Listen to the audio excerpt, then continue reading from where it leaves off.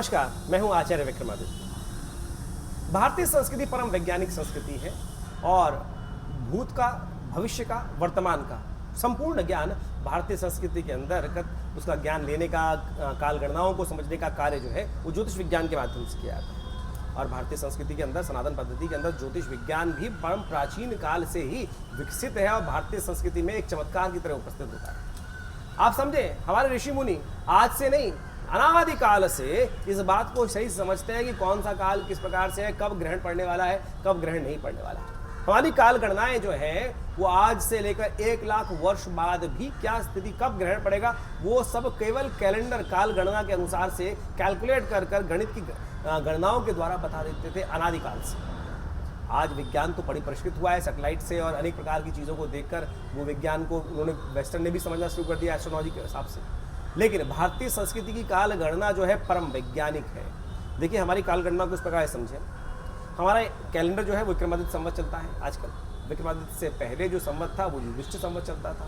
तो इस प्रकार से काल गणनाओं में अनेक प्रकार से, और उसमें 12 महीने चैत्र वैशाख जिस प्रकार से है वो विद्यमान है। शुरू से ही 12 महीने, जब से काल गणना की भारतीय संस्कृति में परिकल्पना की गई, आरंभ हुआ, तब से ही 12 महीने के अंदर इस बात को, सिद्धांत को स्थापित करके किया गया। लेकिन वही मैं यदि इंग्लिश कैलेंडर की बात करूं तो इंग्लिश कैलेंडर के अंदर क्या बताया गया है आप समझिए। उनके वैज्ञानिक कहते हैं ना, आज की तारीख में आप जूलियट के बाद जुलाई का मंथ ऐड हुआ, अगस्टस के बाद अगस्त का महीना ऐड हुआ, उससे पहले 10 महीने का ही महीना था उनके अंदर।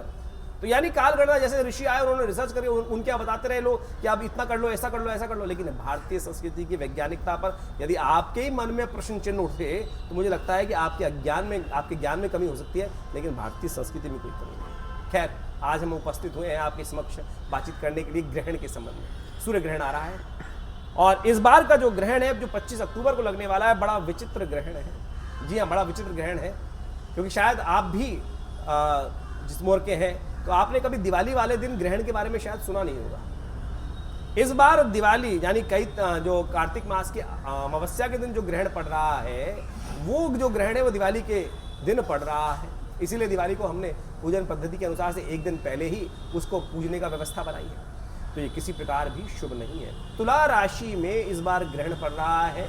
सूर्य जो तुला राशि में चल रहे हैं वो कई प्रकार की विचित्र परेशानी देने के योग दे सकते हैं। वाणिज्य क्षेत्र में कई प्रकार की परेशानी उत्पन्न कर सकते हैं। आपकी विशेष तौर पर आय के संबंध में कई प्रकार की समस्याएं उत्पन्न कर सकते हैं। तो क्या कुछ होने के योग हैं वो सब भी हम आपको बताएंगे आपकी राशि के अनुसार से। देखिए, ऐसा नहीं है कि 5 उंगलियां बराबर है, हर व्यक्ति पर ही बुरा प्रभाव पड़ेगा। किसी के लिए कोई काल गणना श्रेष्ठ भी हो सकती है। जी हाँ, आप चिंता ना करें, आपकी राशि के अनुसार से हम बताने वाले हैं आज कि आपके लिए ग्रहण कैसा रहेगा, कौन सी खास चीज़ें आपकी करनी चाहिए। लेकिन सबसे पहले समय नोट कर लीजिए, ग्रहण क्या रहेगा, सूतक कब रहेगा। देखिए, इस बार ग्रहण की स्थिति बड़ी विचित्र है। ग्रहण का जो आरंभ हो जाएगा वो करीब करीब 25 अक्टूबर को आरंभ हो जाएगा 2:29 से। ग्रहण का आरंभ जो है, इस बार जो ग्रहण है वो खंडग्रास ग्रहण है। करीब करीब जो सूर्य का है वो विशेष तौर पर 44% हिस्सा जो है वो ढक जाएगा। वो इसलिए इसको खंडग्रास चंद्र सूर्य ग्रहण कहा जा रहा है। जो आरंभ हो जाएगा इसका 2:29 से आरंभ हो जाएगा और शाम को करीब करीब 6:32 तक पूरा ग्रहण रहने वाला है।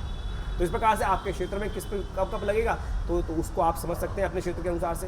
यदि मैं दिल्ली की बात करूं तो ये ग्रहण दिल्ली में, जैसे वैसे सूर्य का जो ग्रहण वो आरंभ हो जाएगा 2:29 से, लेकिन दिल्ली का जो ग्रहण है वो शाम को 4:29 से लगना आरंभ होगा। और दिल्ली का ग्रहण जो है वो चलना है करीब करीब समय के अनुसार से 18 बजे यानी 4:29 से लेकर 6 करीब 26 तक का वो ग्रहण रहेगा। लेकिन बीच में एक और बात हो जाएगी, सूर्य हो जाएगा अस्त।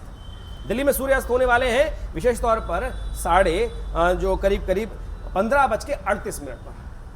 जो 15:38 पर जो सूर्य ग्रहण लगा होगा उसी के दौरान में सूर्य अस्त हो जाएंगे। जब सूर्य अस्त हो जाएंगे तो विशेष तौर पर जो सूतक लग जाएगा, लेकिन ग्रहण तो समाप्त हो जाएगा दिल्ली में। लेकिन ग्रहण जो वास्तविक तौर पर सूर्य को लगा रहेगा, लेकिन दिल्ली में वो जो ग्रहण की समाप्ति हो जाएगी करीब जो समय के अनुसार से 5:38 पर। परंतु ग्रहण जो सूर्य पे लगा हुआ है वो छूटेगा जाके दिल्ली में करीब 6:26 पर। तो क्या स्थिति बन गई, गृहस्था अस्त की स्थिति बन गई। यानी जो सूर्य है वो अस्त हो जाएंगे, ग्रहण के लगे यानी सूतक विद्यमान हो जाएगा अगले दिन सुबह तक। जब तक सूर्य पुनः सही रूप से बिना ग्रहण के उदय ना हो तब तक वो सूतक विद्यमान रहेगा। तो एक तरह से यदि माना जाए तो सूतक कब से आरंभ होगा? जो सूतक का आरंभ हो जाएगा सुबह 4:29 से और अगले दिन सूर्योदय तक, यानी बुधवार के सूर्योदय तक वो सूतक लगा रहेगा। अब सूतक काल क्या है? सूतक काल के अंदर कहा जाता है कि विशेष तौर पर ऐसे में भगवान की मूर्ति को नहीं दर्शन करना चाहिए। कर्मकांड के सिद्धांत के अनुसार से मूर्ति पूजा, मूर्ति का स्पर्श, ये सब निषेध शास्त्रोक्त विधि के अनुसार से बता दिए जाते हैं। ऐसे में जो लोग साधना में रहना चाहते हैं उनको भोजन भी नहीं करना चाहिए। उनको पर्व काल का यदि पूर्ण लाभ लेना है, पर्व काल यानी जो ग्रहण काल है, उस ग्रहण काल में विशेष तौर पे आप आनंद के साथ भगवान का भजन करना चाहते हैं, लाभ लेना चाहते हैं। कहा जाता है कि जितना आप पूजा करते हैं उसको उतना ही फल प्राप्त होता है। यदि मुहूर्त का समय हो तो उसका कई गुना अधिक पड़ जाता है, लेकिन ग्रहण काल में जो पूजा की जाती है उसका 100 गुना अधिक लाभ आपको प्राप्त हो जाता है। तो इसलिए इसको पर्व काल मान लिया गया है ग्रहण को। तो आप इस ग्रहण का पूर्ण लाभ लेने के लिए अपने आप श्रद्धा के अनुसार से पूजा करके आप लाभ ले सकते हैं इस समय में। तो सूतक काल आपको मैंने सब समझा दिया, और साथ साथ आपकी राशि के अनुसार से आप समझ लेते हो किस किस राशि वालों के लिए ग्रहण शुभ रहने वाला है। यदि मेष राशि के संबंध में बात करें तो मेष राशि के लिए ये ग्रहण मध्यम प्रकार से फलदायी होगा। तो आपको ऐसे में अपने ग्रहों को ठीक करने के लिए आप विशेष तौर पर भगवान शंकर के मंत्र का जप कर सकते हैं, लाभ मिलेगा आपको। वहीं यदि वृक राशि के बारे में बात करें तो उनके लिए, दूसरी राशि के बारे में बात करें तो श्रेष्ठ रहेगा उनके लिए। तो उसी प्रकार से मिथुन और कर्क वालों के लिए अशुभ रहता दिखाई दे रहा है ये ग्रहण। सिंह राशि वालों के लिए श्रेष्ठ रहेगा, अच्छा रहेगा, लाभ कमाने वाला रहेगा। और वहीं कन्या राशि वालों के लिए मध्यम फलदायी रहेगा। अगर हम बात करें विशेष तौर पर तुला राशि वालों के लिए और वृश्चिक राशि वालों के लिए, उनके लिए ग्रहण किसी प्रकार भी शुभ नहीं, क्योंकि तुला राशि में ही ग्रहण पड़ रहा है उसके लिए, और साथ साथ द्वितीय भाव का जिनका रहेगा यदि वृश्चिक राशि वालों के लिए तो वो भी उनके लिए अच्छा नहीं रहेगा। वहीं धनु और मकर राशि वालों के लिए श्रेष्ठ रहेगा, और कुंभ राशि वालों के लिए मध्यम रहेगा। और विशेष तौर पे यदि हम बात करें मीन राशि वालों के लिए, उनके लिए भी किसी प्रकार भी अच्छा नहीं माना जा सकता ग्रहण। तो आपको विशेष तौर पे जिनके लिए अच्छा नहीं है ग्रहण, वो कोशिश करें ऐसे में आप अपने कष्टों को दूर करने के लिए आप भगवान शंकर के महामृत्युंजय मंत्र का जप कर सकते हैं। और एक काम कर सकते हैं, ग्रहण में हमें तीन बातें बताई जाती हैं। ग्रहण काल से पूर्व, जब ग्रहण आरंभ हो तब स्नान, और ग्रहण काल में यज्ञ और पुण्य, और ग्रहण काल के अंत में विशेष तौर पर दान करने का विशेष बताया गया। ये 3 कार्य विशेष तौर पर प्रशस्त कहे गए। तो कोशिश करें इस समय में यथाउचित भाव से आप इन तीनों कर्मों को करके आप अनेक प्रकार के कष्टों को दूर करने के योग बना सकते हैं। और संयम से रहते हुए ऐसे समय में आप पुण्य करें, भगवान का नाम लें, कल्याण का मार्ग प्रशस्त हो।